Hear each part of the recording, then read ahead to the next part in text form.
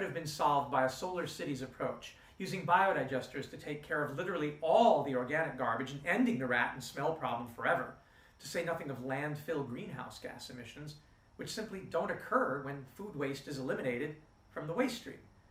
And by using compost heat and solar heat, passive and active, to keep buildings warm, there would have been no death from cold. None of these are new technologies or ideas. None of them don't work in the north. It's just they require better insulation and design for heat capture and retention. The techniques have been known for centuries. Hell, even the Eskimos knew how to use insulation and body heat to keep igloos warm. But power politics, callous indifference to the comfort and safety of the working classes, the raw pursuit of profit at a steep environmental and social cost, and let's face it, real estate developers being cheap and poorly educated and cutting corners has caused misery for millions.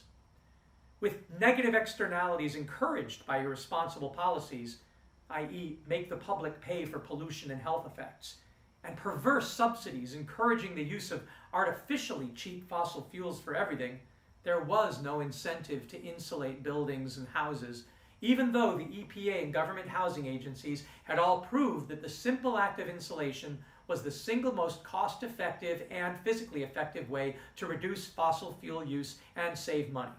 Second was the use of passive solar. The proper use of windows and skylights and deciduous trees alone to promote passive solar heating and cooling could save millions. I'll never forget moving from New York to sunny Los Angeles and calling a company that specialized in passive solar design. This is before the days of easy internet, when we still used phones with cords. An old man picked up the phone, and I introduced myself as a new teacher of environmental science in the inner city schools who had just come to California, and I wanted to know how I could build a passive solar house. The old man said with a note of despair, "You don't. You don't even want to try.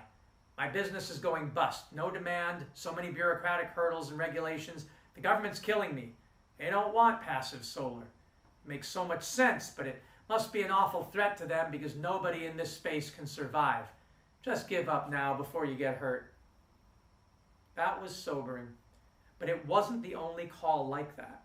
A couple of years later, I was trying to build an alcohol-fueled car with my vocational students at Jefferson High School. I called the number written in the back of a great book called Solar Gas: How to Make Your Own Auto and Heating Fuel for Pennies a Gallon, a paperback from August 1st, 1982 by David Hoy.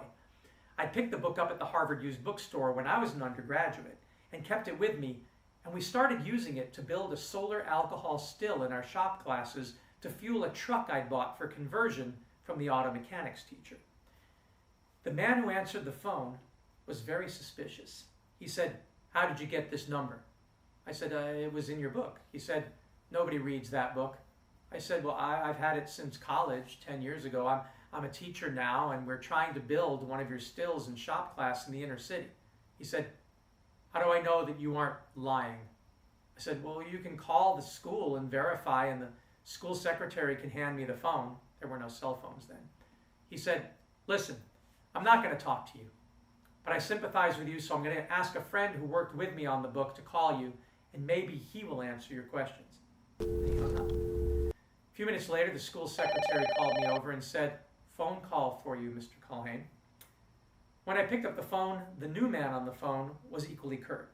He said, "Listen, we published that book years ago during the oil embargo, thinking we could help people, but we're out of that business now." "But it works, right?" I persisted. He said, "Of course it works. But if I were you, I would just drop it. It isn't worth it." But we can make our own alcohol fuel and run our truck on it, can't we?" "Listen," he said, "I sympathize with you and I think you're doing a good thing, but I wouldn't try to take it very far, okay?" "Did someone threaten you?" I asked. "You said that. I'm saying nothing. Good luck to you and be careful. That's all I'm saying." And with that cryptic message, he hung up.